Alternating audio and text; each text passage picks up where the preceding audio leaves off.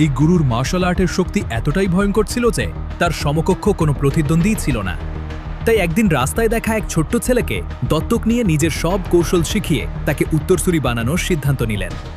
কিন্তু কেউ ভাবতেই পারেনি ছেলেটার মধ্যে এত অসাধারণ প্রতিভা ছিল। মাত্র ৩ বছর বয়সেই সে ১০০০ বছরের পুরনো এক ঐশ্বরিক জন্তুকে নিজের বাহন বানিয়ে ফেলেছিল। আর ৫ বছর বয়সেই কারো সাহায্য ছাড়াই হারিয়ে যাওয়া 18 পাম কৌশল আয়ত্ত করে ফেলেছিল। দেখতে দেখতে সে নিজের গুরুকেও হারিয়ে দিয়ে পৃথিবীর সবচেয়ে শক্তিশালী মার্শাল আর্টস যোদ্ধা হয়ে ওঠে। কিন্তু ২০ বছর পর তার জীবন পুরো বদলে যায়।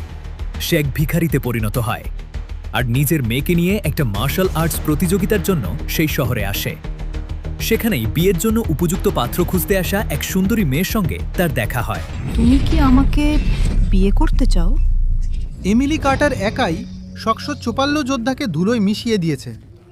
ওর অজেয় শক্তি সত্যিই ভাবা যায় না। ও সত্যি নর্থ সিটির শান, ভীষণ ট্যালেন্টেড। এত পুরুষ থাকতেও আমার সাথে লড়াই করার সাহস কারো নেই। আমাদের আছে বাবা, তাড়াতাড়ি চলো। এই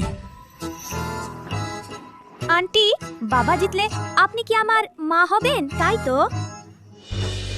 মনে হচ্ছে এনাকে আমি কোথাও দেখেছি।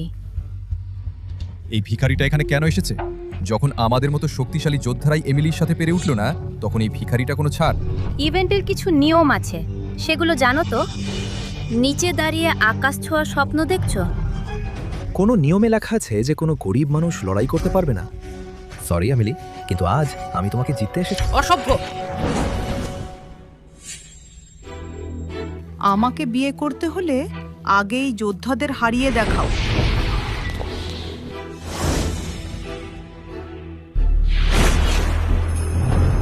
এটা এখানে এলো কি করে? বাবা, জিতে যাও আর আমার জন্য একটা সুন্দর মা নিয়ে এসো। আমি এমিলিকে বিয়ে করতে চাই।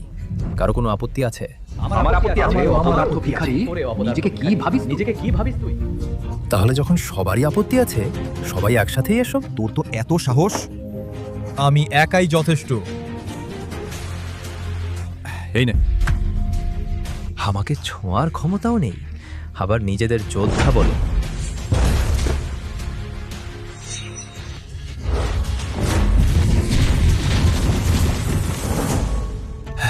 আগে বলে সময় বাঁচত।